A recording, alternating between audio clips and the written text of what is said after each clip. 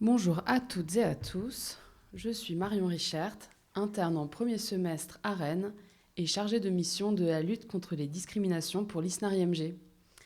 Je vous souhaite la bienvenue dans cet atelier Décoloniser la santé. Revenons un peu plus en arrière et plus précisément en 1945 avec la création historique de la sécurité sociale. Elle a vu le jour dans un contexte d'après-guerre. L'objectif est de couvrir les soins de l'ensemble de la population. Chacun la finance selon ses moyens et doit en bénéficier selon ses besoins. Pourtant, même 81 ans après sa création, des inégalités d'accès aux soins persistent. Certaines populations déjà exposées à des risques sociaux ont un accès aux soins plus difficile que la population générale, alors que leurs besoins sont souvent plus importants. Par exemple, on compte près de 2 fois plus d'ALD chez les patients bénéficiaires de la couverture maladie universelle, la CMU. C'est ce que Jonathan Wolf et Avner Dochali appellent le désavantage corrosif. Les discriminations sont de véritables obstacles dans le parcours de soins. Comment la définir ? Il s'agit de distinguer ou de traiter défavorablement une personne selon certains critères définis par la loi. Ces critères sont au nombre de 26, parmi lesquels le sexe, l'âge, le handicap. Une étude menée en 2023 dans des services d'urgence a montré qu'un homme blanc aurait 50% de chances de plus qu'une femme noire d'être considérée comme une urgence vitale pour une douleur thoracique. Je me souviens d'un cours proposé par une interne auquel j'ai assisté durant mon stage de réanimation à propos des discriminations en santé. 2 choses m'ont frappé ce jour-là. Premièrement, le nombre de stéréotypes que nous avons. Deuxièmement, cette formation est faite par sa propre initiative et à l'heure actuelle, il n'y a aucune formation nationale obligatoire à ce sujet. La première étape, c'est donc de prendre conscience de l'existence de ces discriminations. Pour cela, je vais vous proposer un petit exercice. Je vais vous poser une série de questions auxquelles vous n'êtes pas obligé de dire la vérité si vous ne vous sentez pas à l'aise. L'idée n'est pas de vous outer contre votre gré. Donc si vous le pouvez, je vous invite à tous vous lever.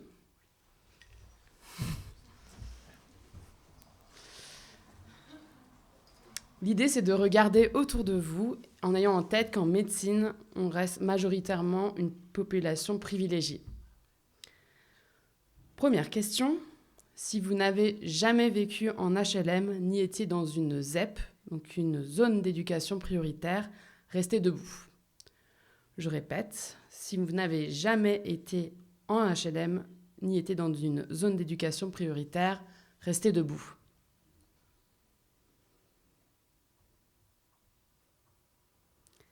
Je vous propose de vous relever pour la prochaine question. Et maintenant, si vous n'avez jamais été la seule personne de couleur dans votre classe, restez debout.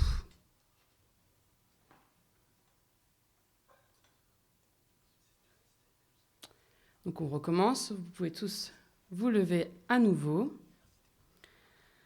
Si vous n'avez pas de handicap visible ou invisible, restez debout.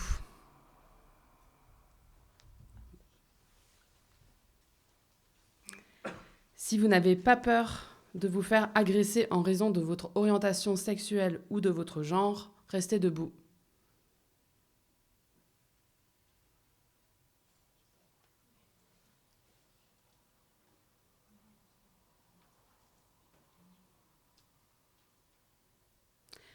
Donc, je vous invite à vous relever. Une dernière fois. Si vous n'avez jamais dû changer de tenue pour vous déplacer dans l'espace public, restez debout.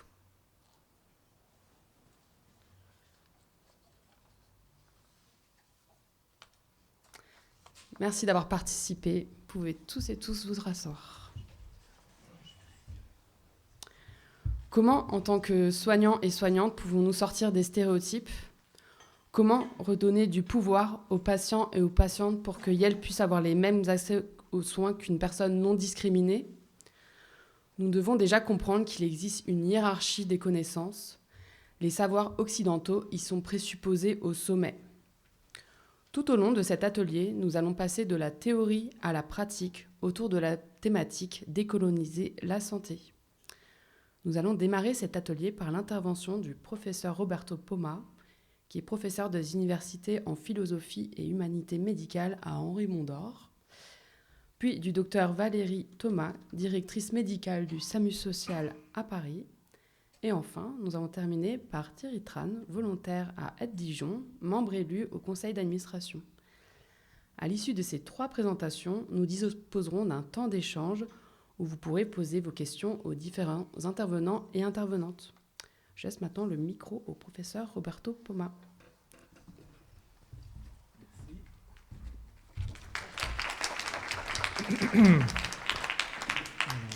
Voilà, c'est ça. Merci, bonjour à toutes et à tous. Donc, je vais vous proposer une réflexion autour de la décolonisation de la santé à partir d'une réflexion fondée sur des lectures philosophiques, des auteurs des textes en sciences humaines et sociales, sur une expérience menée au SAMU social de Paris dans le cadre d'un projet sur les pratiques narratives de santé auprès de personnes en situation de grande précarité. Et nous allons terminer, je vais conclure au bout de cette réflexion sur ce qu'une décolonisation de la santé pourrait apporter à la santé. Mais déjà, pourquoi décoloniser la santé et qu'est-ce que cela veut dire ? La formule décolonisation du soin, histoire décoloniale est désormais depuis au moins 2 ou 3 décennies au centre de beaucoup de colloques de recherche en sciences humaines et sociales. On en parle beaucoup aussi dans les médias, mais son omniprésence et son sens un peu superficiel qui est affiché font qu'on a en général une représentation assez floue de ce qu'est la colonisation et de ce qu'est aussi la décolonisation. Donc, je vais, à travers les auteurs que vous voyez ici et que je vais détailler rapidement tout à l'heure, donc essayer de comprendre en quoi consiste d'abord la colonisation, puis la décolonisation, en quoi ça s'applique aux soins et en quoi ça pourrait améliorer, la décolonisation pourrait améliorer des pratiques de santé. Déjà, une chose qu'on ne fait pas souvent, c'est de revenir à l'origine historique du mot colonisation. Ça vient du latin, donc du verbe colere, qui est un verbe, si vous ouvrez un dictionnaire latin, le gaffio par exemple, vous allez voir beaucoup de significations. C'est un mot qui signifie à la fois cultiver, habiter, prendre soin, mais aussi mettre en valeur, exploiter et occuper. Donc il y a un aspect qui peut sembler d'emblée positif, donc qui valorise la terre en la cultivant, en en prenant soin, qui valorise un objet quel qu'il soit, et aussi un aspect un peu plus complexe, plus problématique, en tout cas plus intéressant aussi quelque part, qui est l'idée de l'exploiter, de l'occuper, d'en prendre possession. Pour vous donner un exemple, en latin, on utilise le verbe colere deum pour dire vénérer un dieu. Donc et dans le mot agriculture, on retrouve cette racine latine de colere. Mais le mot colere, on le trouve aussi dans le terme culture. La culture dans laquelle nous grandissons étant la première forme de colonisation que chacun d'entre nous subit. D'abord à partir de l'expérience du langage, parce que l'un des premiers vecteurs de la culture dans laquelle un individu grandit c'est le langage qui véhicule des idéologies, des représentations du monde, des représentations sociales. Donc, on peut tout à fait imaginer chacun d'entre nous comme un être qui, avant d'entreprendre une vie sociale d'adulte, est déjà colonisé, dans le sens qu'il est acculturé, il a assimilé la culture de l'entourage dans lequel il a grandi. Or, dans le champ médical, ce qui se passe, c'est que la culture des médecins qui sont eux-mêmes, dans un premier temps, colonisés par le milieu social d'origine, et puis une deuxième fois par la culture médicale dans laquelle ils ont baigné tout le long de leurs études, ils ont du mal à voir, à observer, à imaginer même que d'autres subjectivités, d'autres êtres puissent avoir été construits autour de cultures du corps, de cultures de la santé, cultures du soin différentes. Pour quelles raisons? En général, c'est que depuis surtout que la médecine se présente historiquement comme une science, comme un savoir, un ensemble de pratiques fondées sur la recherche scientifique, le savoir, la culture médicale scientifique fondée sur la biomédecine se présente comme une culture qui aurait une forme de supériorité par rapport à d'autres cultures en raison du lien particulièrement fort que cette culture entretient avec la forme de connaissance la plus élevée, qui est la vérité, qui sont les vérités produites par la recherche scientifique, notamment expérimentale. Cela produit une situation récurrente dans les rencontres cliniques, c'est que la parole prononcée par un médecin, nourrie par la force et par l'autorité des savoirs qu'il a assimilés, ne pourra pas être considérée comme totalement neutre ou comme inefficace, non performative chez le patient. C'est-à-dire la parole reste un acte donc, du médecin, est un acte de langage. Donc, c'est une action qu'on accomplit avec le langage, une action symbolique qui va mobiliser tout un ensemble de dynamiques chez la personne chez le patient en l'occurrence, qui la reçoit.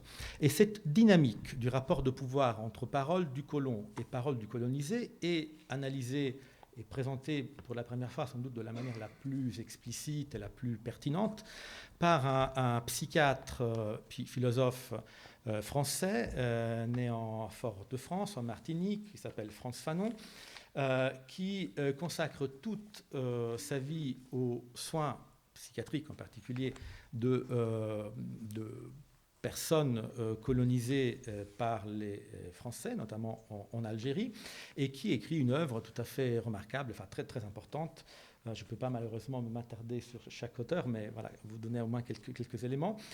Peau noire, masque blanc, dans lequel, par exemple, on lit « Je suis surdéterminé du dehors, je ne suis pas l'esclave de l'idée que les autres ont de moi, mais de mon apparaître ». Cette petite citation, évidemment, il a écrit une œuvre tout à fait importante, tout à fait conséquente, montre à quel point la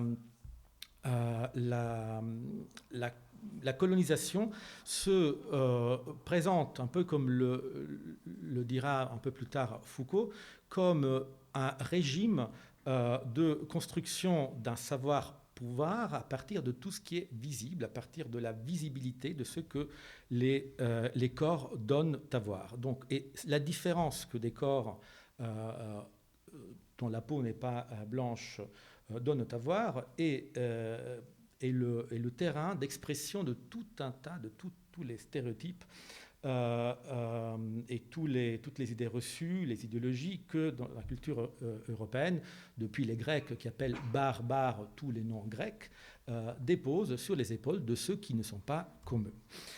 Et alors, on pourrait se dire aussi que les médecins, finalement, ils parlent, ils donnent des conseils pour le bien des patients. Donc c'est une démarche tout à fait louable et le patient n'a qu'à se tenir à carreau et faire ce qu'on lui dit de faire. Parce qu'on n'imagine pas un médecin donner une ordonnance ou prescrire quelque chose pour le mal du patient.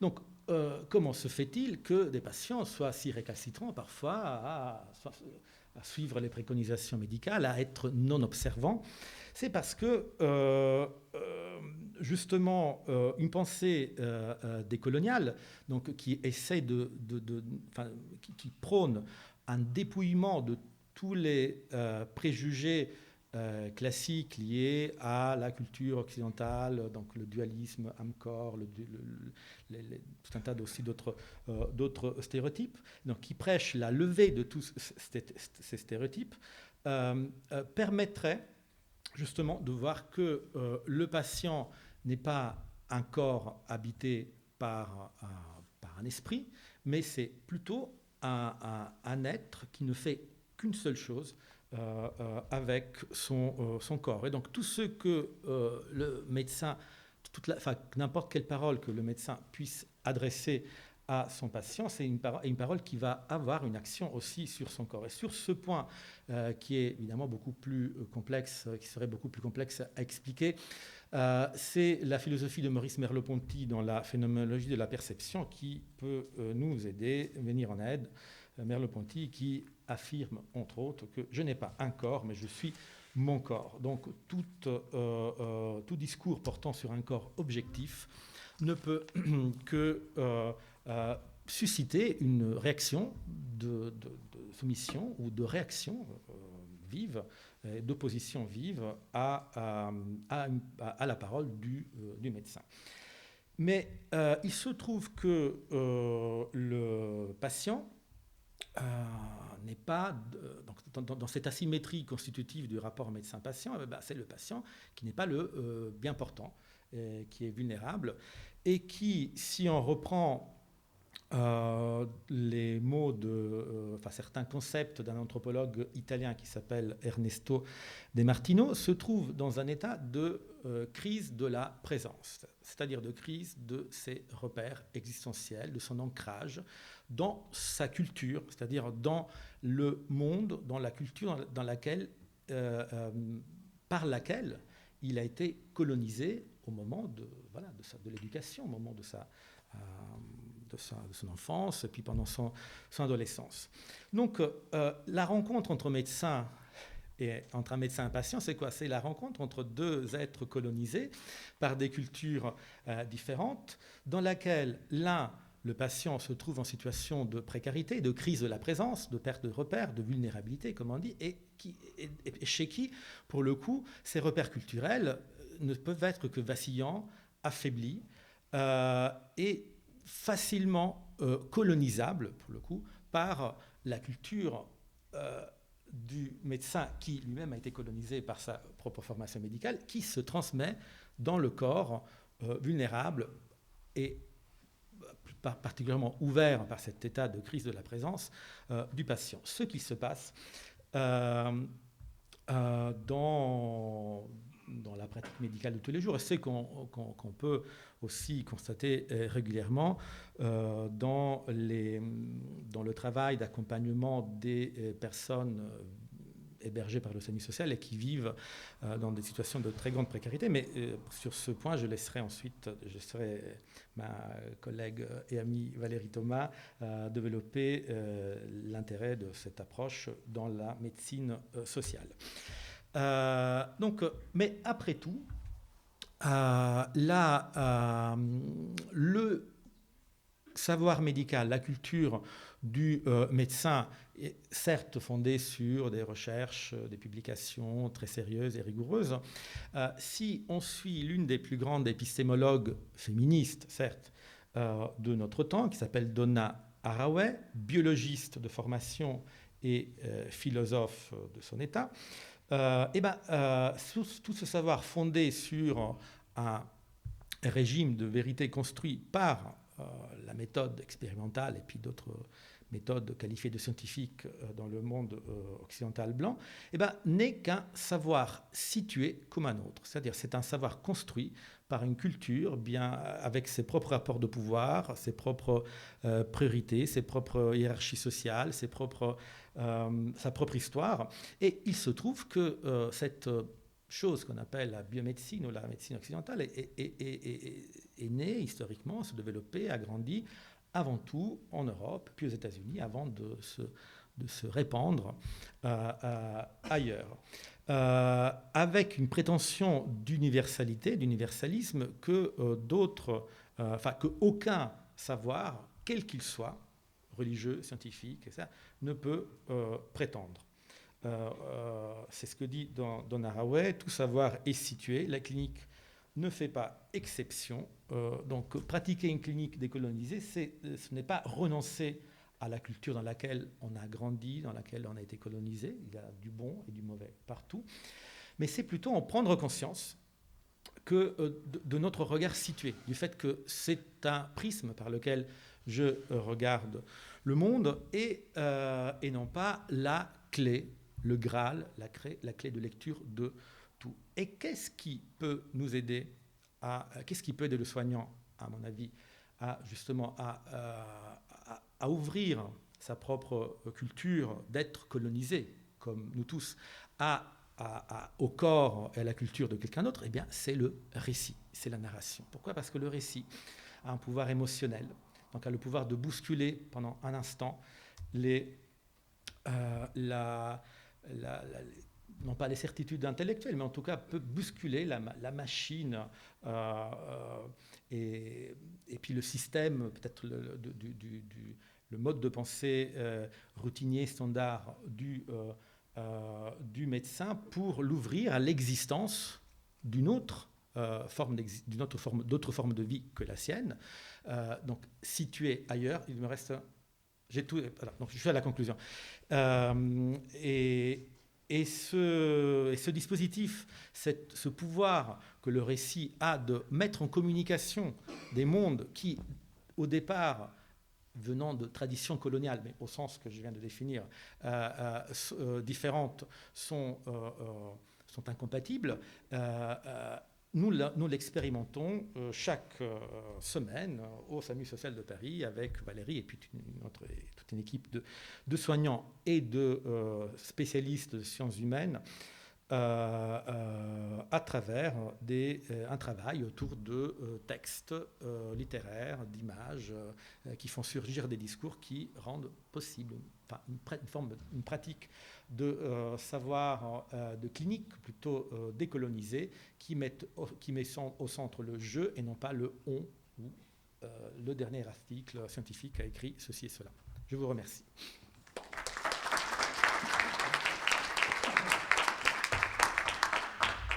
Merci beaucoup pour votre intervention, professeur Roberto Poma.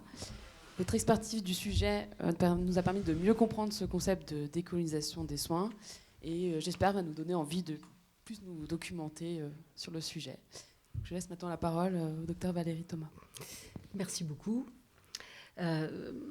Alors moi, je vais faire effectivement quelques rappels pour situer d'où on part et d'où on parle, et en l'occurrence du SAMU social de Paris, où on pratique une médecine, la médecine sociale. Et la médecine sociale, c'est quoi? Eh bien, c'est lutter contre les inégalités de santé en prenant en compte tous ces déterminants. C'est un groupement d'intérêt public, ça a plus de 30 ans, et nous, c'est le quotidien. On sait, ce matin, c'était Marie Grigis qui a rappelé ce qu'on sait déjà, la différence de l'âge de décès entre l'homme le plus pauvre et l'homme le plus riche en France, c'est 13 ans. Et à la plupart, en réalité, des différences d'état de santé qu'on observe sont socialement construites et donc le produit à la fois de nos organisations sociales, des conditions de vie, et je rajouterais de travail, et puis bien sûr de nos choix politiques. Donc nous, face à ce public stigmatisé, des personnes à la rue, des personnes hébergées pour des problèmes de santé ou dans des dispositifs d'hébergement d'urgence, l'enjeu, c'est aussi comment sortir de cette disqualification systématique auquel ils sont confrontés, c'est-à-dire qu'on ne prend jamais en compte leur savoir, leur stratégie de protection, qu'elles soient individuelles ou collectives, et comment on imagine faire pour restaurer un dialogue, une interintelligibilité. L'idée, c'est qu'on comprenne mieux leurs besoins, l'évolution de leurs besoins, dans l'idée quand même d'un accompagnement un peu meilleur. Donc décoloniser le soin, merci beaucoup pour cette invitation, c'est au sens historique, comme l'a rappelé Roberto, c'est finalement transposable à toutes les relations de pouvoir et de domination. C'est pas récent comme pensée, c'est vraiment quelque chose qui a émergé plutôt du sud global, en l'occurrence par exemple Albert Memmi en 1957, qui était juif et tunisien, qui défendait sa double appartenance et qui a été doublement stigmatisé, triplement stigmatisé pour cette double appartenance. Donc cette relation de pouvoir, elle est bien sûr, on la retrouve dans le lien soignant-soigné, qui est infantilisant, qui dépossède, qui favorise les stéréotypes. Donc le syndrome méditerranéen, j'espère qu'il n'existe plus. Ah, il n'est pas disparu, c'est dommage. Et puis on a pourtant des études américaines. Alors nous, on a des obstacles réglementaires qui nous empêchent en France de mener ces études. Je vous en ai cité 2 un peu emblématiques. Celle d'Hoffman en 2016, 222 étudiants et internes en médecine. On leur présente des cas cliniques identiques chez des patients blancs et des patients noirs. Et puis l'idée, c'est un peu d'évaluer leurs croyances et leurs prescriptions. Eh bien, la moitié de ces étudiants croient au moins à une fausseté biologique raciste. Donc, par exemple, les terminaisons nerveuses des Noirs sont moins sensibles ou le sang des Noirs coagule plus rapidement. Résultat des courses, ils sous-prescrivent des antalgiques aux patients noirs et on adapte les recommandations de traitement significativement moins adéquats et efficaces. Deuxième étude, Todd, en 2000, on l'aime beaucoup, nous, aux urgences. C'est dans le New England, donc pas un petit canard. C'est là qui va mettre en évidence, aux urgences de Los Angeles, que les patients d'origine latino reçoivent 2 fois moins d'analgésiques et que quand on a une douleur thoracique et qu'on est noir et latino, on reçoit pas de morphine ou moins et on attend beaucoup plus longtemps. Avec des explications des médecins qui sont de l'ordre du stéréotype, ils exagèrent leur douleur, on reconnaît notre syndrome méditerranéen, ils cherchent des opiacés ou ils tolèrent mieux la douleur. Et puis on a des cas individuels qui ont secoué le Canada, par exemple, c'est Joyce Echaquan, qui était une femme autochtone, qui, à 37 ans, consulte aux urgences, elle a de gros antécédents cardio pour une douleur épigastrique. Elle va être attachée à son brancard, on va lui administrer de la morphine alors qu'elle ne voulait pas.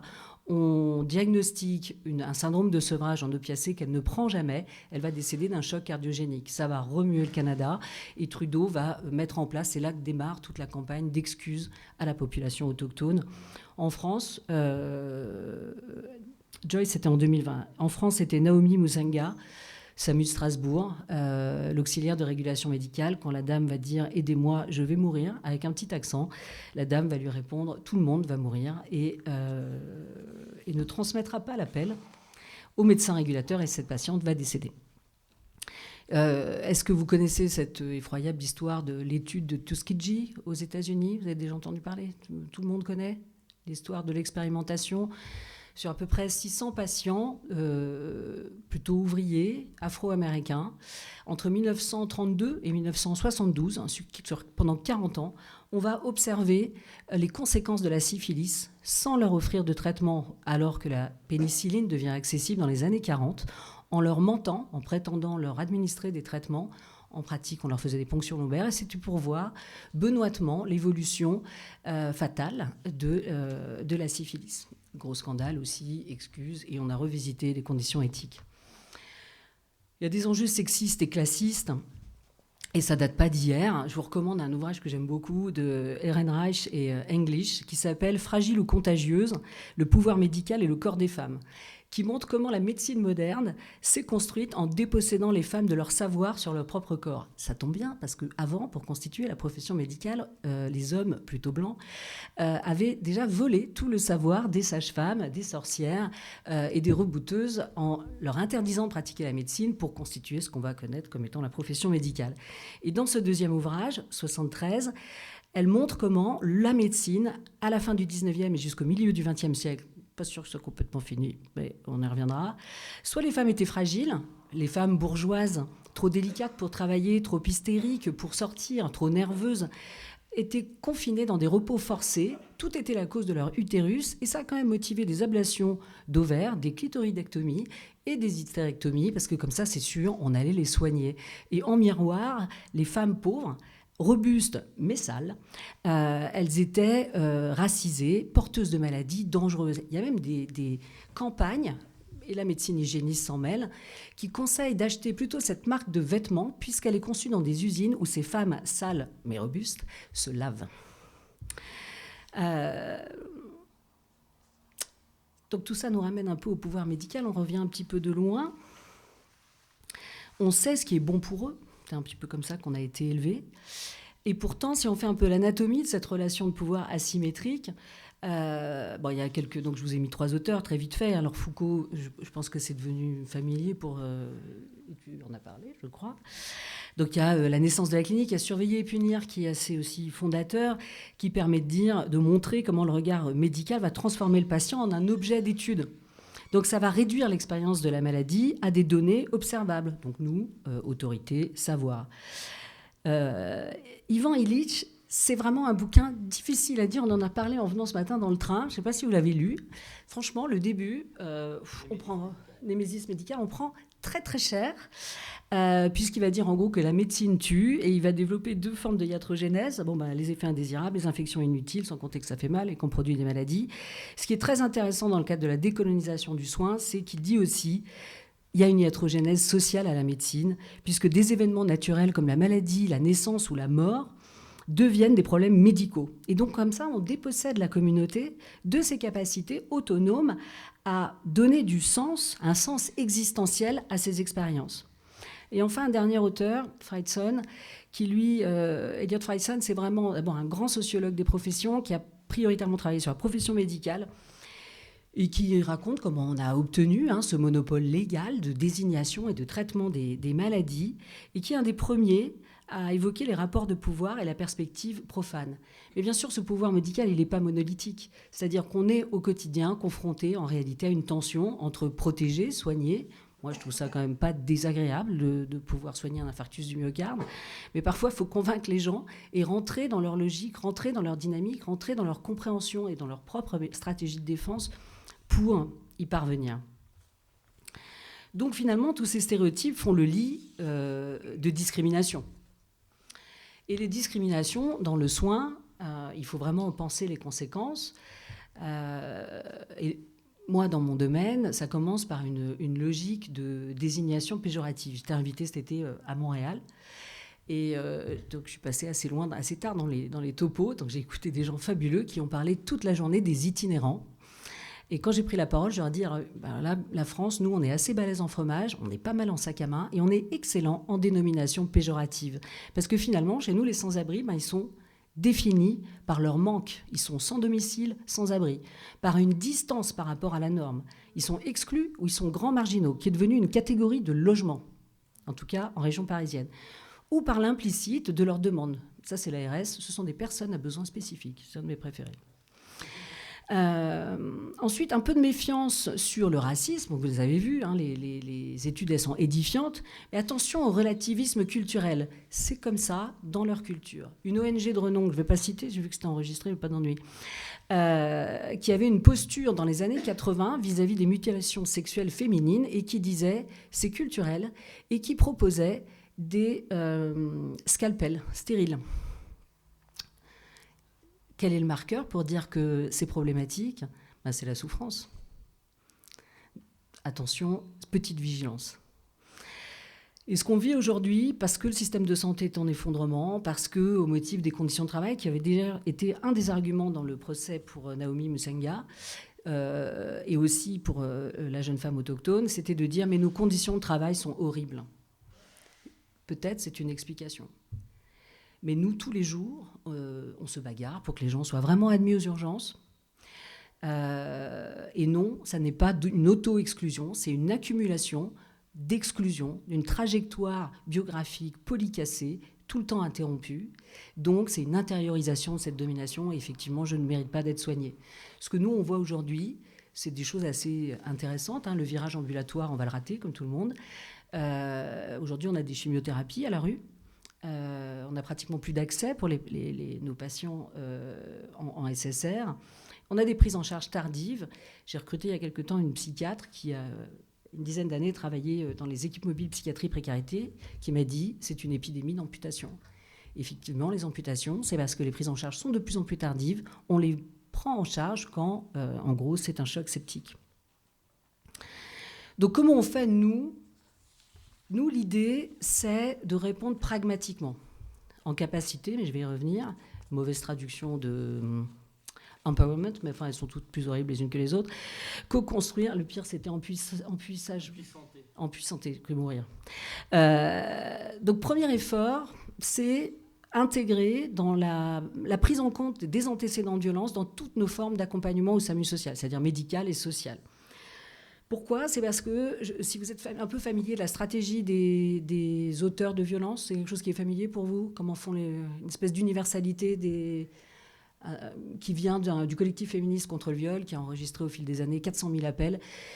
Au départ, elle croyait comme tout le monde que le violeur, c'était un drôle de type qui errait dans les parkings. Donc, en 90%, étonnamment, on le connaît. Et qui se sont rendus compte qu'ils agissaient toujours de la même façon. Ils choisissaient leurs victimes, ils isolent, ils font très peur, ils inversent la culpabilité, ils recrutent des alliés, l'objectif étant de ne pas se faire attraper. Et en fait, en intégrant ça dans les prises en charge, ça a plusieurs effets. Comprendre les mécanismes, comprendre la psychoéducation, comprendre je ne suis pas folle ou je ne suis pas fou, mais c'est bien le psychotrauma qui fait ça. Ça en capacite parce que ça lève la honte, ça lève la culpabilité, ça révèle les mécanismes de domination et ça inscrit dans un collectif de survivantes. Moi, c'est un travail que j'ai aussi conduit dans la communauté trans de Durban, de la grande township de Durban, dans une vie antérieure. Et c'est ça qu'elles m'ont appris. Elles m'ont appris, on est ensemble, c'est pas nous personnellement, c'est nous parce qu'on représente la communauté transsexuelle de cette zone extrêmement conservatrice en Afrique du Sud. Et puis, ça transforme l'écoute et le regard des professionnels.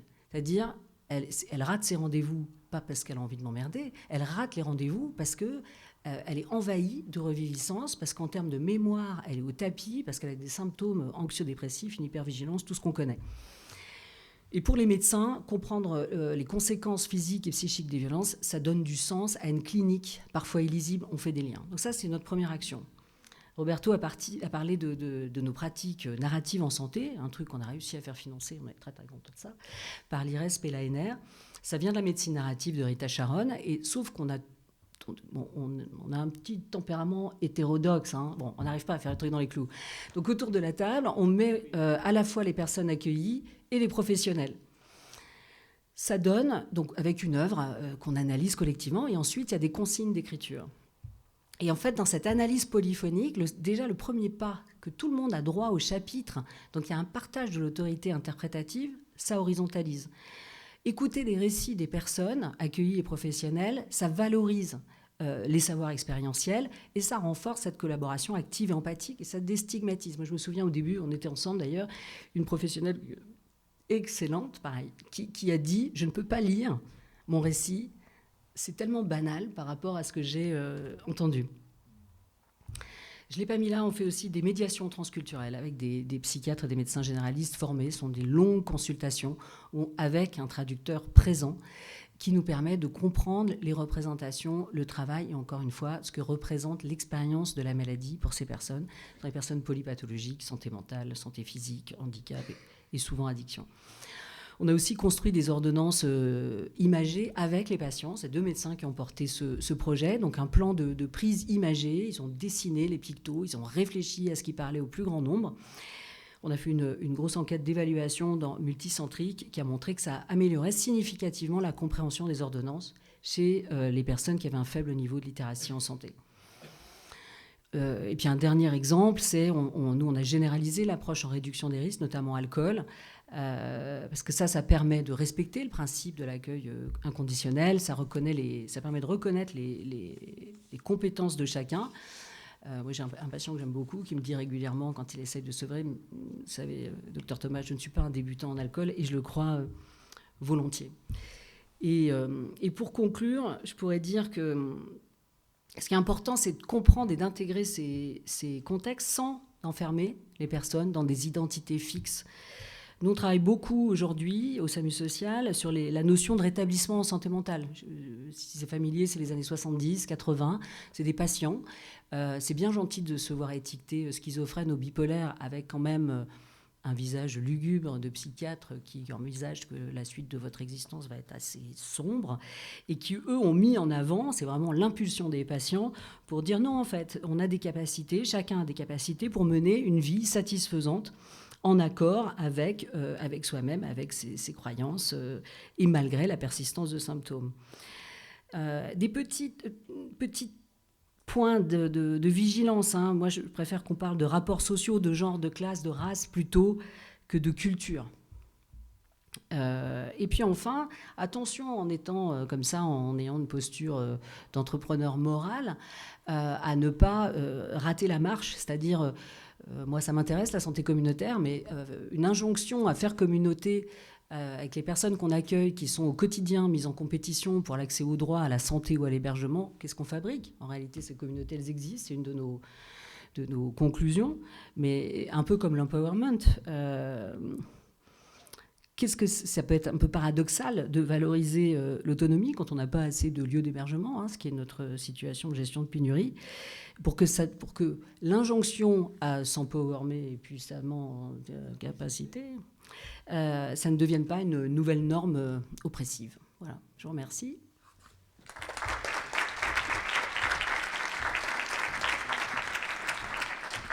Merci beaucoup, docteur Valérie Thomas. Votre intervention était très riche et inspirante. Et voilà, je laisse la place maintenant à Thierry Tran. Bonjour à tous et à toutes et à tous. Je voudrais vous parler d'un fragment de l'histoire de la lutte contre le VIH. Si je devais la faire en entier, 15 minutes, ça ne suffit pas. J'ai qu'une seule diapo, elle va vous servir d'appui. Donc écoutez-moi et référez-vous gentiment à ça pour vous repérer. La lutte contre le VIH, elle a transformé la place des personnes malades, des patients-patientes. Et j'allais vous raconter comment ça s'est fait. Donc, les premiers cas de sida, ça remonte en 1981 et l'identification du virus 83. AIDS, ça a été fondé en 84, donc on a fêté nos 40 ans en 2024. Et la colonisation en santé, on peut dire en tout cas qu'elle s'est exprimée à travers un déni politique de venir au secours et de soigner en fait les premiers cas, les premières communautés victimes du VIH et du sida, puisque ça a pris un certain temps pour que les choses bougent. Et du coup, il y a eu beaucoup de morts et du moment où l'épidémie a commencé à prendre en ampleur et on a trouvé les traitements, donc les antirétroviraux, ça a pris un certain temps. Il y a eu des dizaines de millions de morts jusqu'à aujourd'hui du sida. Donc c'est un tribut qui est extrêmement lourd et ça a pris son temps pour que les autorités le prennent au sérieux. En cela, en plus, comment on peut expliquer ça ? En fait, c'est que les personnes surexposées au VIH, c'est des hommes qui ont des relations sexuelles avec des hommes, donc communauté homosexuelle, des usagers de produits psychoactifs par injection, des personnes migrantes, étrangères. Donc aujourd'hui, ça n'a pas beaucoup changé, ça reste les publics clés en France du moins, mais en tout cas, ça ne motivait pas des masses les politiques pour se charger de ce problème-là au début. Après, ça a pris une telle ampleur qu'ils ont bien été obligés de voir la vérité en face. C'est dans ce contexte-là qu'à Denver, en 83, vous avez des malades du sida qui ont participé à une conférence médicale, ils ont fait irruption sur scène pour protester contre les discours déshumanisants qui étaient répandus par le monde médical et ils ont déployé un slogan qui est resté jusqu'à aujourd'hui extrêmement puissant, rien pour nous sans nous. Ce que vous pensez en termes de traitement, de prise en soin, de prise en charge pour les personnes vivant avec le VIH et mourant du sida, on veut faire partie de ces réflexions-là, ne faites pas sans nous, et notamment les essais cliniques pour développer les antirétroviraux.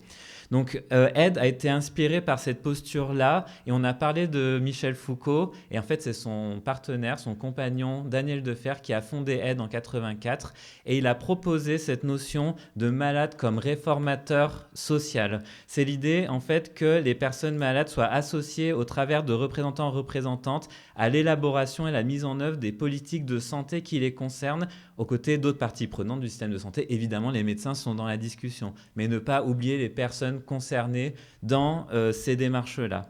Donc notre association elle a pour principe d'action d'agir dans une démarche communautaire qui est porteuse d'empowerment, on revient sur le terme, dans une approche de santé globale et dans le but d'atteindre une transformation sociale pour les personnes concernées, notamment les publics clés que j'ai cités tout à l'heure. Et donc, au-delà des actions menées pour l'innovation et l'accès aux soins, on peut citer dans nos plaidoyers qui ont fonctionné l'accès au dépistage rapide communautaire, donc le fait que les associations puissent dépister VIH, hépatite B, hépatite C, syphilis récemment, depuis 2 ans, et également la montée on a beaucoup travaillé sur la montée en compétences des personnes, donc ça passe par déjà l'accueil, donc comment on libère la parole des personnes, les cadres de confiance, le non-jugement, la confidentialité, également le recours à des interprètes, donc dans le cas où on n'a pas une langue commune. Et évidemment, ça joue sur Sempowerment Live, va jouer sur la relation entre le professionnel de santé et la personne, le patient ou la patiente. Cette idée que le patient ou la patiente soit un réformateur social, ça aboutit à ce qu'on appelle la démocratie en santé.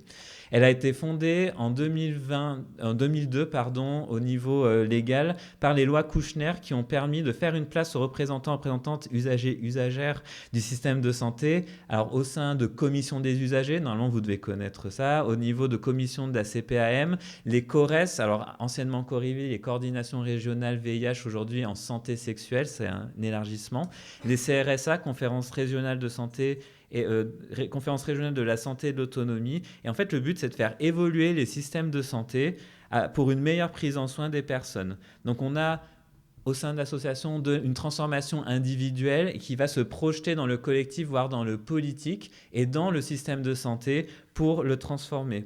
Donc, ce militantisme permet de sortir d'un rapport asymétrique, de limiter en tout cas cette asymétrie entre professionnels de santé, médecins et patients-patientes. Donc, un exemple que j'aimerais exposer relatif au VIH, c'est les états généraux des personnes vivant avec le VIH. Donc, c'est des événements de plusieurs jours où des personnes séropositives au VIH se rassemblent et discutent de leurs besoins, des enjeux de prise en soin, de coordination de soins et qui émettent des recommandations, notamment auprès des professionnels de santé, mais pas que. Donc la question de la décolonisation, elle sous-tend la question du racisme également. Donc je ne vais pas revenir trop sur les discriminations dans le soin, SAMU, donc Valérie en a parlé largement. Donc moi j'avais noté l'affaire Naomi Musanga notamment. Mais on a aussi, en fait, l'accès aux soins, il est indissociable de l'accès aux droits en ce qui concerne les personnes étrangères. Et aujourd'hui, des dispositifs tels que l'aide médicale d'État ou le droit au séjour pour soins étrangers malades sont des dispositifs qui sont menacés par des politiques xénophobes et racistes. Donc notamment, on a depuis, en gros, ça fait honnêtement 2-3 ans qu'on n'arrête pas de menacer l'AME, que nos plaidoyers doivent se réactiver incessamment. Et ça, c'est extrêmement épuisant pour les personnes. Pour nous aussi, mais bon, on n'est pas forcément les plus à plaindre. Par exemple, maintenant, on parle de gel du budget de l'AME. Donc c'est extrêmement préoccupant et c'est des menaces qui sont incessantes. Mais on s'organise, heureusement, en interassociatif, aux côtés de soignants, soignantes et de chercheurs, notamment aux copines d'e-choix politique pour mettre fin au sida en France. On a parlé tout à l'heure de la question du récit dans l'accès aux droits et donc l'accès aux soins. La question du récit, elle est centrale puisque la personne, elle va beaucoup devoir rabâcher, prouver, justifier dans... Elle va donc devoir répéter souvent son récit de vie et parfois des choses qui sont compliquées.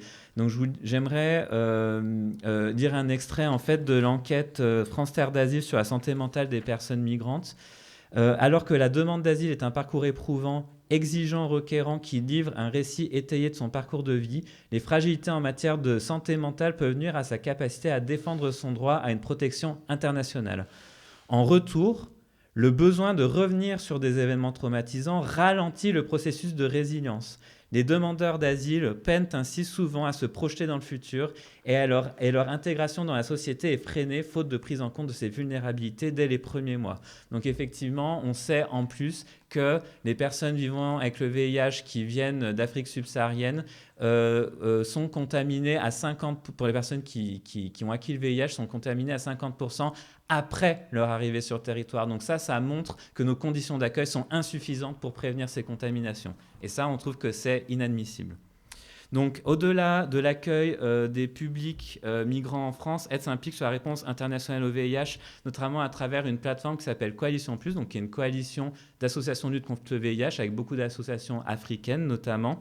Et donc, malheureusement, on fête les 1 an d'arrivée au pouvoir de Trump, qui a coupé des programmes de financement, notamment PEPFAR. Il a démantelé l'USAID, qui pilotait donc ces programmes. Et donc ça a eu des conséquences désastreuses sur les associations dans les pays à faible revenu, donc interruption de traitement, fermeture de centres communautaires de santé, rupture, j'ai parlé des ruptures de soins et de traitements. Donc c'est des situations qui sont extrêmement compliquées et qui amènent à présager le pire. Vous voyez ma courbe, elle va jusqu'à 2025 et après, alors qu'on avait une diminution de l'épidémiologie de VIH depuis, ça fait 10 ans que ça commençait. On a réduit de moitié quand même les contaminations en 10 ans. Là, on craint que ça revienne au niveau où c'était aux années 2000. Donc il faut se rendre compte, en termes de décès, donc il faut se rendre compte de l'impact que ces arrêts de financement vont avoir. Et donc dans la notion de décoloniser, en fait, les associations commencent à se poser la question, on était tributaire de l'aide économique des pays à haut revenu, donc que ce soit par rapport à des programmes comme PEPFAR ou le Fonds mondial, le Fonds mondial donc, qui s'occupe de la réponse à la tuberculose, paludisme et VIH. Comment on développe des financements à domicile, donc à l'échelle nationale dans les pays, et moins dépendre de l'Occident et des pays à haut revenu. Donc ça, c'est des enjeux qui sont extrêmement importants pour l'avenir et qui vont être clés pour continuer à avoir une réponse à cette épidémie.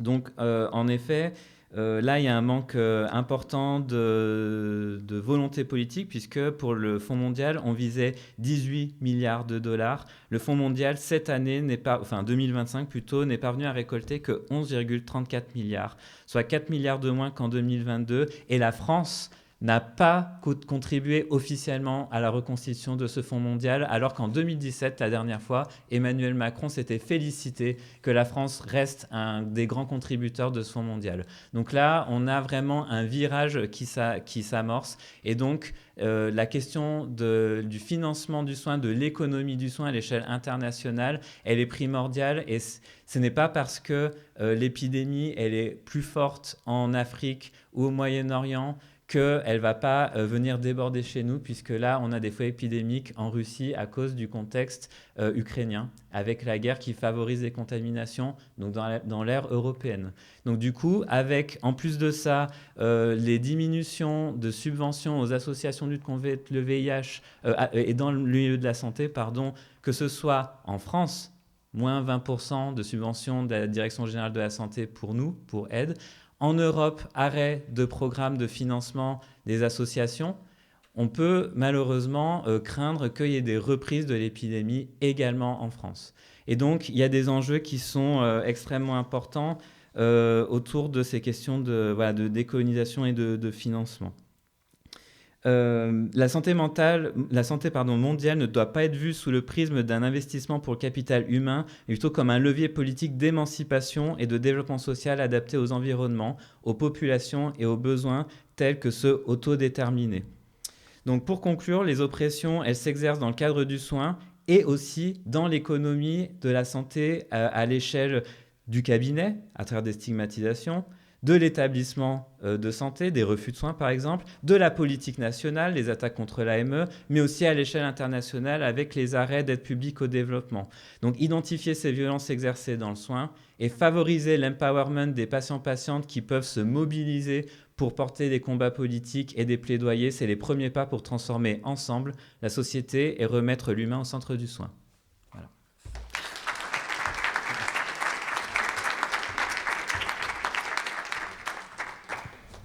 Merci beaucoup Thierry Tran.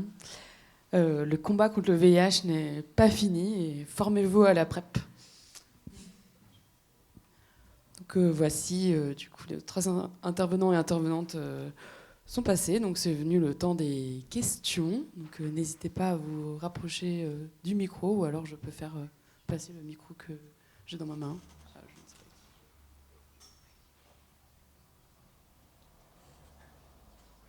Les questions les plus simples, les plus bêtes sont très appréciées. Oui.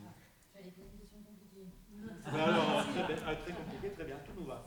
C'est un peu plus, je sais pas si tout le monde m'entend. Ouais. C'est un peu plus une ouverture. Vous avez dit au début, par exemple, que des associations du coup donnaient des scalpels stériles pour les excisions. Donc c'est un peu parce que moi j'aurais assimilé à la réduction des risques qu'on peut aussi en addiction parfois en donnant des seringues stériles, etc. Donc j'ai cru comprendre que là il y avait une différence dans la souffrance, etc. Mais je trouve que parfois la différence entre quand on essaye de faire le bien le plus possible, plus on essaye de faire bien, plus parfois on est maladroit et je trouve ça un peu frustrant. Je ne sais pas trop quelle doit être notre boussole là-dedans, quoi. La réduction des risques, c'est quand même avec les usagers. Et le risque, c'était le VIH. C'est toute la difficulté d'ailleurs de ce modèle qui a été construit sur un type de consommation avec un objectif simple, limiter la propagation du VIH, des hépatites, etc.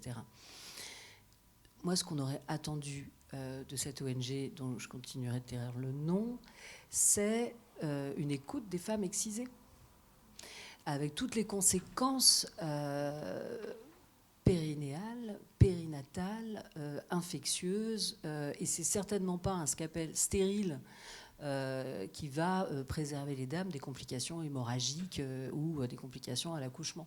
C'est-à-dire, là aussi, c'est une ONG qui a fait ses preuves dans l'entrepreneuriat moral, mais là, c'était un des dangers, une des facettes du danger du relativisme culturel. Chez eux, c'est comme ça. Mais donc, il faut écouter. C'est dans ce sens-là qu'il faut être à l'écoute de la souffrance. C'est quand même un peu ça notre boulot. C'est qu'est-ce qui fait mal, en fait. Dans la réduction des risques, c'est continuer de consommer sans mourir des conséquences du HIV. Donc la différence est un peu là. Je pense que c'est vraiment l'écoute de la souffrance. C'est comme le mariage forcé. Enfin, moi, je pense souvent au... C'est vraiment, si vous vous intéressez un jour à ça, toutes les pratiques de veuvage dans le monde, qui vont dans certaines régions chinoises, à dîner, dormir et vivre avec un morceau de bois qui est censé représenter le mari, je dirais c'est de loin la plus amusante, parce qu'il y a des pratiques de viol correctif, collectif et de mariage forcé. Ce qu'il faut, c'est écouter les veuves. Et qu'est-ce qu'elles en pensent, en fait, de ces pratiques. Et à ce moment-là, être à leur côté dans leur lutte. C'est dans ce sens-là.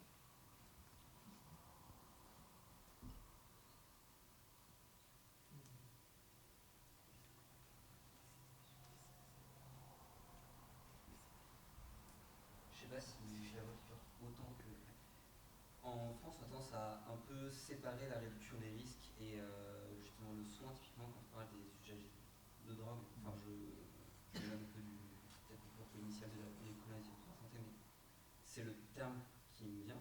On a d'un côté le XAPA et le côté les CARUD, et où on a tendance à vraiment les opposer. Alors qu'initialement, les XAPA avaient et l'axe soin et le côté réduction des risques. Et finalement, aujourd'hui, on les oppose vraiment, et c'est un peu dur parfois de trouver la bonne balance entre réduire les risques pour aider les gens à vivre avec, et d'un côté soigner leurs addictions. Comment est-ce que vous, avec vos différentes expériences, vous voyez un peu cette balance et vous trouvez cet équilibre? Je garde le micro et je vous le passe quand vous voulez. Moi, il y a une situation qui me vient parce qu'elle nous a beaucoup occupés. On a une fois par semaine ce qu'on appelle une réunion autour des parcours complexes. On n'est pas très originaux. Complexe, ça veut dire à peu près tout et n'importe quoi.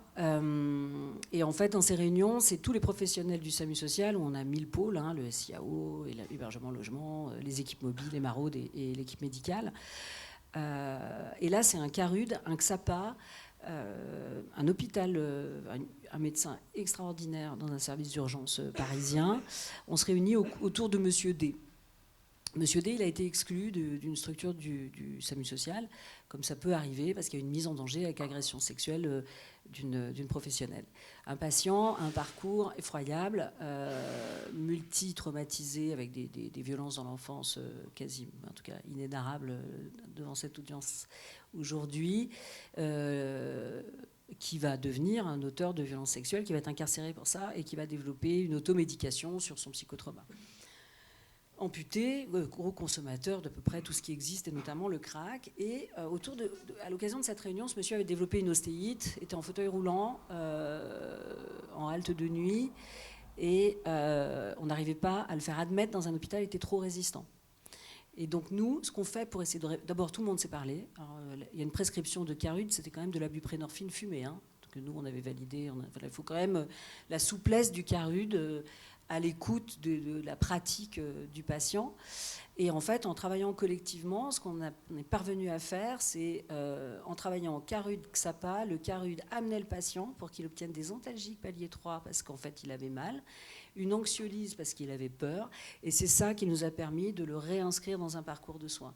En gros, la réponse, elle peut être que collective, parce qu'on n'a pas tous les clés, c'est un petit peu ce que vous disiez tous les deux, c'est-à-dire, c'est ce que tu disais précisément, Roberto, c'est-à-dire on part de notre angle de vue. Moi, je suis formée en addicto. Bien sûr, quand je vais dans un CARUD ou dans la salle d'injection avec des collègues extraordinaires, j'ai toujours un petit moment de me dire on les a pas guéris ceux-là. Non, on les a pas guéris ceux-là, mais c'est pas ça qu'ils nous demandaient. Et donc, c'est la confrontation de ces différents angles de vue qui, à mon sens, minimise les chances de faire d'énormes âneries. Il n'y a que la pensée collective, l'intelligence collective, quoi. C'est pas juste un mot décoratif, mais c'est un peu ça notre façon de faire.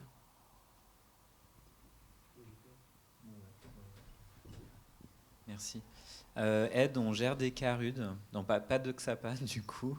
Alors pas parce qu'on ne pense à pas d'intérêt, mais effectivement, l'idée c'est d'être à l'écoute des besoins des personnes. Donc c'est exactement ce que tu disais. C'est pas forcément aisé, je pense, à partir d'une formation de professionnels de santé, d'être dans cette posture-là. C'est là aussi que les associations, elles permettent aussi d'accompagner les personnes, justement, dans cette idée d'empowerment. C'est aussi les questions de lui donner les clés. C'est oui, tu as le droit, en fait, de questionner, en fait, la vie médicale et de voir s'il n'y a pas une autre manière de faire les choses, parce que toi, ça ne te parle pas aujourd'hui d'arrêter ta consommation. Peut-être qu'aujourd'hui, ce qui te parle, c'est peut-être de la réduire, c'est de régler des choses qui sont connexes aux conséquences, en fait, de tes consommations, mais tu n'es peut-être pas prêt à terminer. Et cette temporalité, elle est importante, et s'adapter à la perception, aux perspectives des personnes, et de respecter sa temporalité, ça va lui permettre d'être d'autant plus observante au protocole de soins qui va être déterminé. Donc c'est vraiment faire avec les personnes qui va être déterminant. Moi, je prends l'exemple, je pense, qui est hyper complexe, c'est la question du chemsex, finalement,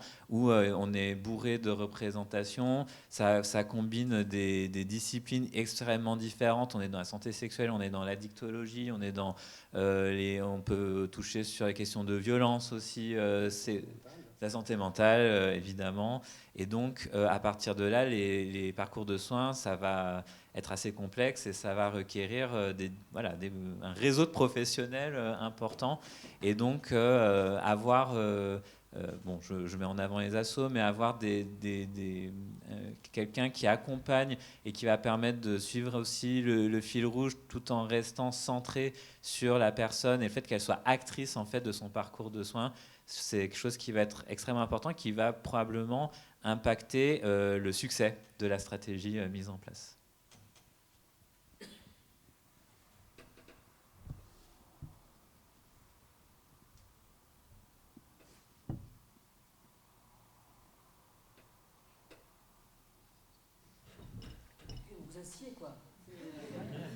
Moi, je voulais juste vous dire quelque chose de complémentaire, c'est que j'ai une équipe d'une 20aine de médecins et généralistes, il y a 2 urgentistes, il y a une gériatre, des psychiatres, mais il y a principalement des médecins généralistes.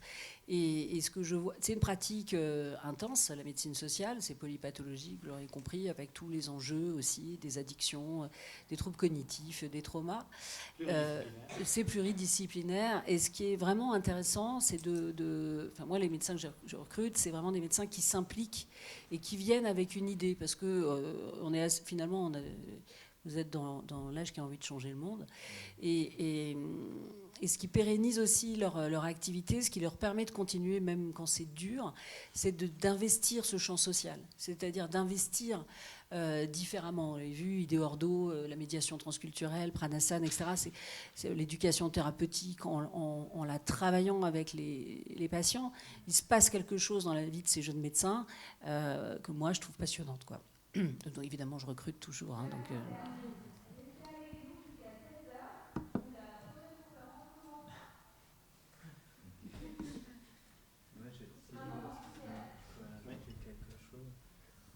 Sur quoi j'ai peut-être insuffisamment insisté, c'est que du coup, cette question de décoloniser les soins, en tout cas de répondre à cette asymétrie dans la relation professionnelle de santé patient-patiente, c'est que c'est extrêmement concret en réalité. Donc c'était un peu ma conclusion, ça joue à différentes échelles. Mais dans le cadre de la lutte contre le VIH, je vais vous donner un exemple qui est encore plus concret et qui vous implique également en tant que médecin, puisque comment on fait pour que cette courbe elle arrive à zéro? Comment on fait pour qu'il n'y ait plus de morts du sida, même qu'il n'y ait plus de stade sida? Comment on fait pour que l'épidémie du VIH, elle se termine? Parce que ça, c'est l'objet social de notre association, mais en fait, c'est votre objet également, je pense, en tant que soignant, soignante.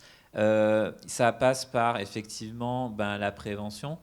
Vous savez, prévention diversifiée, combinée, les préservatifs, le traitement post-exposition, l'usage de la réduction des risques drogue avec le matériel à usage unique, notamment, dépistage répété, et la PrEP que vous pouvez prescrire, j'en parlais ce matin en atelier, vous pouvez vous former sur format santé sexuelle, c'est très concret, et prescrire la PrEP aux personnes qui en ont besoin. La PrEP, elle est insuffisamment prescrite en dehors du public, on va dire homosexuel, mais HSH, en ayant des relations sexuelles avec des hommes. Les femmes aussi peuvent la prendre, et il y a un enjeu énorme à ce que les femmes puissent y accéder et la prennent. Donc on a des biais, aussi, finalement, c'est aussi cette question de représentation, on a des biais, donc on va prescrire telle chose à telle population, et on ne va pas penser, en fait, les autres aussi peuvent en bénéficier, donc faut surmonter aussi nos biais cognitifs ou culturels, ou en tout cas de pratique.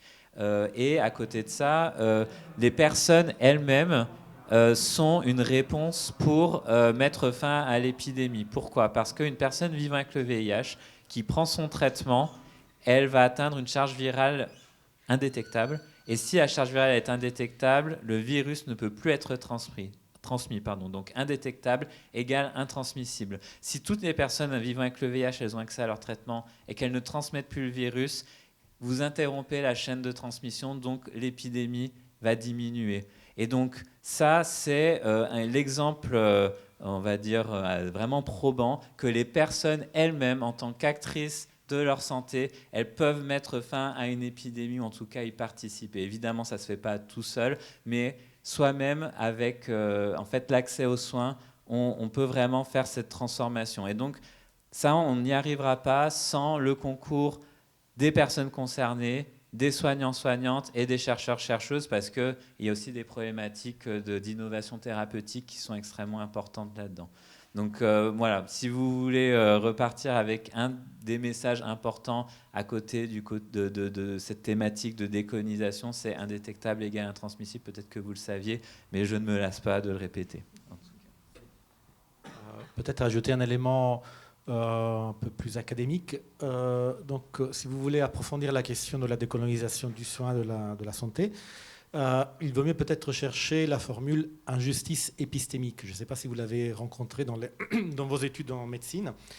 Donc, lorsqu'en sciences humaines aujourd'hui, que ce soit en anthropologie, en sociologie ou en philosophie, tu l'as rencontré? Non, voilà. On aborde tout ce qu'aujourd'hui nous avons qualifié de décolonisation de la santé. La formule consacrée en anglais, c'est injustice épistémique. Ça existe depuis les années 80, et c'est vrai que c'est d'abord aux États-Unis que ces recherches ont été menées, et donc les recherches auxquelles je faisais allusion au tout début de ma présentation, et qui aujourd'hui sont plutôt importantes aussi en France.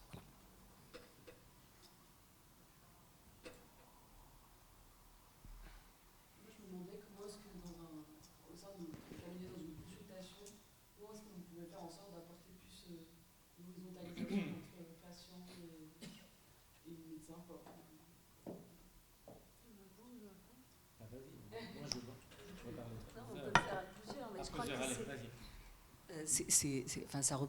Ça repose beaucoup sur la qualité de l'écoute, en fait. De l'écoute, et d'où l'intérêt de la médecine narrative, qui a quand même été conçue pour ça. C'est-à-dire se rendre compte que... mais moi, je trouve que ça, dans mon parcours de docteur, c'est vraiment un moment clé. C'est-à-dire, quand on est petit, on est vraiment un peu obsédé par la démarche analytique, symptômes, corps, data, quoi. Data, et puis hypothèse diagnostique, et après... et après on traite. Et on met du temps, d'abord à maîtriser un certain nombre de process, pour se mettre à entendre le vécu expérientiel. Et si on n'entend pas, moi j'avais l'habitude, je travaillais, avant d'être au SAMU social, je travaillais dans une maison des femmes, avec notamment pas mal de femmes originaires d'Afrique subsaharienne, pour lesquelles la santé mentale, c'était quand même un tabou réel. Et puis c'était compliqué, cette histoire d'antidépresseurs, d'anxiolytiques, etc. Et donc on blaguait beaucoup, et j'avais l'habitude de dire, vous avez pris ma paroxétine, était là, je vous en avais fait des boucles d'oreilles de mon ordonnance. Et du coup on entrait dans l'idée, c'était chacun c'est peut-être une parenthèse importante. Moi je trouve que ce qui est important, particulièrement avec le public qu'on accompagne, c'est vraiment d'être présent. C'est la présence à soi dans une forme de sincérité.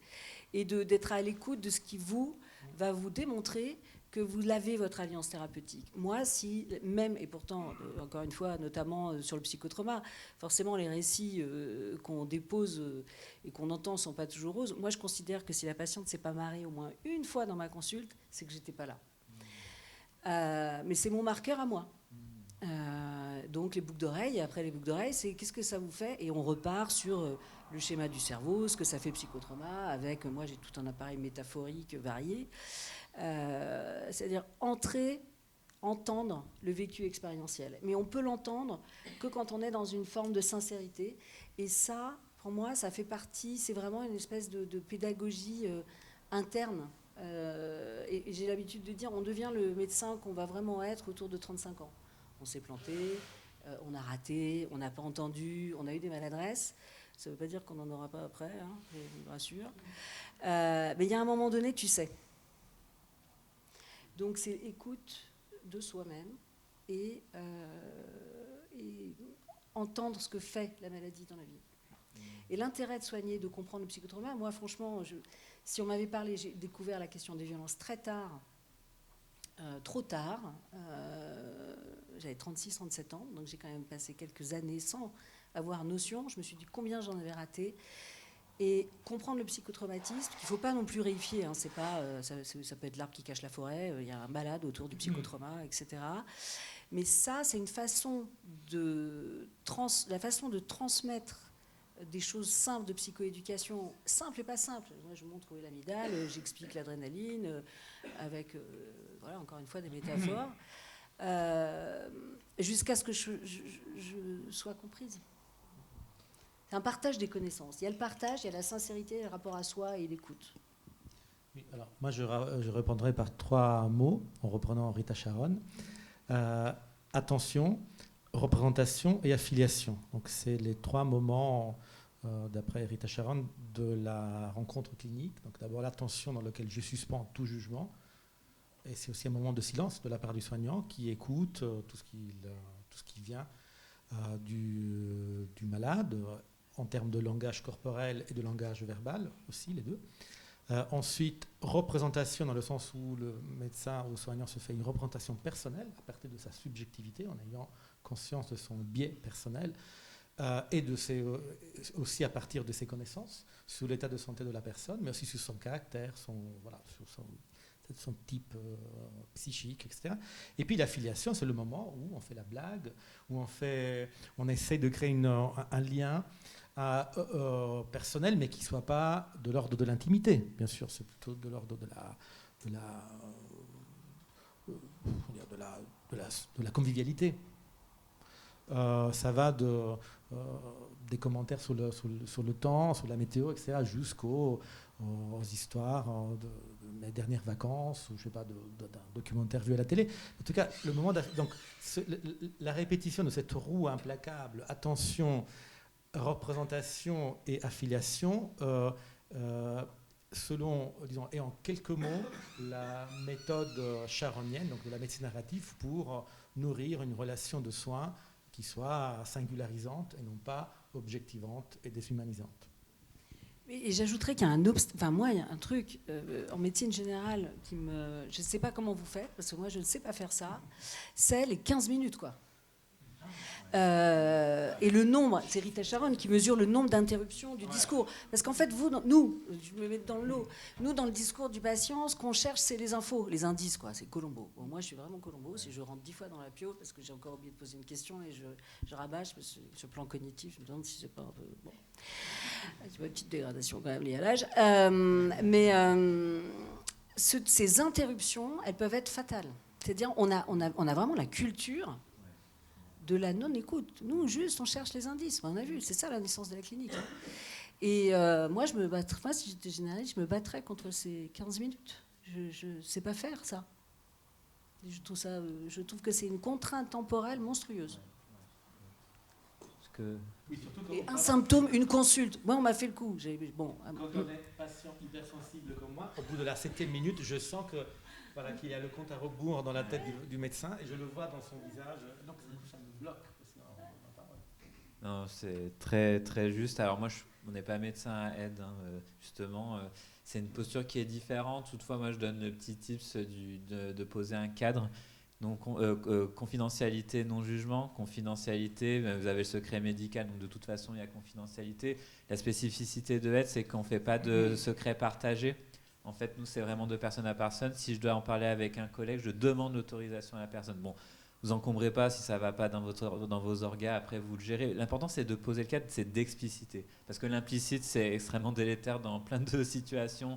Je pense notamment à l'université, on est très implicite là-dessus, donc comment on navigue là-dedans, c'est notre histoire. Et le non-jugement, en fait, c'est la maîtrise du jugement verbal et non verbal. Tout le monde juge, on ne peut pas s'empêcher. Les pensées, elles surviennent. Mais après, ce que vous laissez transparaître, ce que vous exprimez, ça, vous pouvez le maîtriser. Alors ça ne s'apprend pas du jour au lendemain, ça se travaille, ça s'entraîne. Mais en tout cas, maîtriser un vocabulaire, comment on va s'exprimer, comment on va parler des choses, et puis le non-verbal, les yeux au ciel, ce genre de choses, ça c'est quelque chose qui va être extrêmement important. Et donc de le poser explicitement, on est dans un cadre non jugeant et confidentiel, ça a pour objectif de libérer la parole, et normalement, la parole devrait être plus simple. Alors ça ne sera pas forcément le cas à chaque fois, mais en tout cas c'est un outil qui peut changer la donne pour la suite de la consultation. Et j'ajouterais, toujours dans l'espace collectif, nous évidemment, on a mis en place des groupes d'analyse de pratique. Moi c'est systématique dans mes lieux de travail. C'est-à-dire encore une fois la dimension de partage collective pour déposer, pour analyser, pour comprendre, pour avancer. Je ne sais pas si ce sont des choses qui existent. Dans l'ancien temps, au siècle dernier, il y avait les groupes Balint. Mais je veux dire, ces espaces réflexifs sur les pratiques. Ça, je pense que c'est extrêmement aidant pour avoir une qualité, quoi.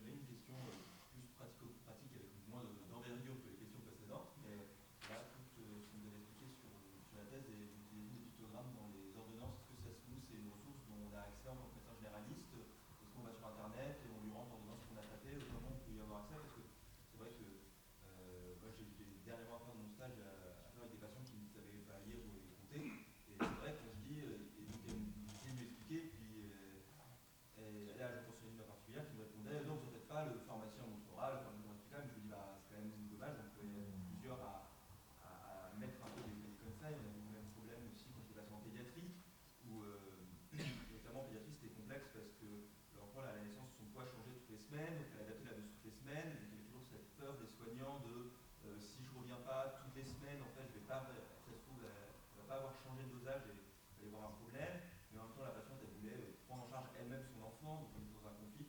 Et je me dis que ça pourrait être une ressource intéressante dans ce genre de contexte. Alors nous, on la met à disposition, donc il suffit de nous contacter. Je vous donnerai mon email, et je vous mets en relation avec le docteur Legros qui porte ce projet. Là, on en est. Donc, il y a d'autres. On n'est pas innovant dans la création de pictogrammes. Il y a d'autres. Il y a même la PHP, l'assistance publique des hôpitaux de Paris, qui a développé ses propres outils. Notre particularité, c'est qu'on l'a développé avec un public cible différent, en partie allophone, etc. Donc, on a commencé à travailler un partenariat avec l'Ordre des pharmaciens. Parce que je pense effectivement, on pense qu'en officine, c'est un outil utile. Mais moi, aujourd'hui, on est encore à la forme papier. Donc moi, je ne suis pas une bonne élève. Par exemple, coller des gommettes, je suis nulle. Faire des dessins sur l'ordonnance, moche, mais je l'ai fait. Donc nous, on travaille sur la numérisation. Et ça, c'est notre gros projet. On a une piste là, de financement dans les mois à venir, donc on croise les doigts. Mais l'idée, ce serait ça, c'est vraiment de le divulguer largement pour en permettre l'utilisation. Mais en tout cas, déjà, on peut vous transmettre l'outil, bien sûr. Et je pense qu'il se trouve sur le site du SAMU social de Paris, mais on échangera, je vous donnerai mon mail.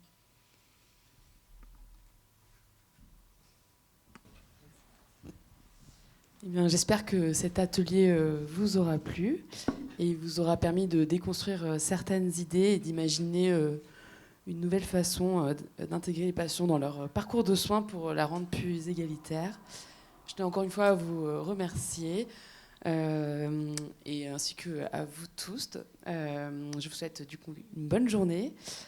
Je vais vous donner rendez-vous dans l'amphi Romané.